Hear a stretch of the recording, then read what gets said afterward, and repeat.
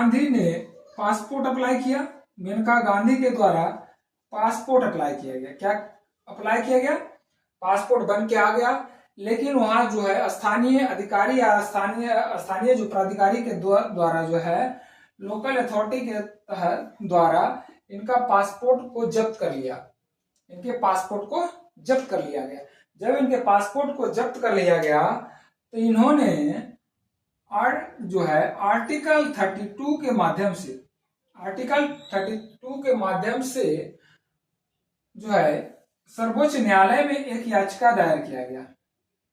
याचिका में कहा गया कि जो है हमारा आर्टिकल 21 का हनन हुआ है और इस पर जो हमें न्याय चाहिए। इस पे आर्टिकल 21 का हनन हुआ है, हमें क्या चाहिए? न्याय चाहिए। बिल्कुल बहुत इंपॉर्टेंट है कि जब कोई भी केस सर्वोच्च न्यायालय में जाता है तो पहले वह अधीनस्थ जो है न्यायालय में कोई केस जाता है, अधीनस्थ न्यायालय के बाद उच्च न्यायालय में केस आता है और उच्च न्यायालय के बाद सर्वोच्च न्यायालय में आता है। लेकिन मौलिक अधिकार के हनन के संबंध में यह जो है रिमेड दिया गया है कि अगर किसी व्यक्ति के मौलिक अधिकार का हनन हो रहा है, अगर किसी व्यक्ति के मौलिक अधिकार का हनन हो रहा है तो आर्टिकल 32 के माध्यम से सीधे सर्वोच्च न्यायालय में अपना याचिका दायर कर सकता है, अपना जो है याचिका दायर कर सकता है।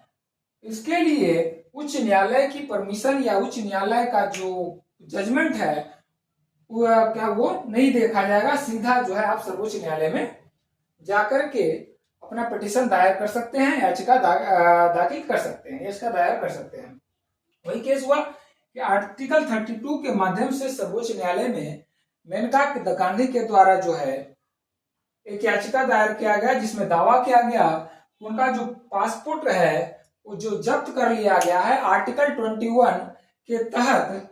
यह जो है हमारा मौलिक अधिकार का हनन हुआ है, विदेश जाने का अधिकार हमें अपने प्राण एवं दैहिक स्वतंत्रता के अधिकार में निहित है या नहीं, ये जो है हमें बतलाया जाए।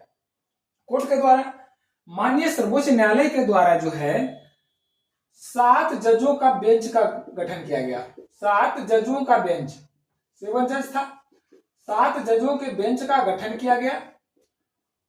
1978 में इसका जजमेंट आया, 1978 में जजमेंट आया और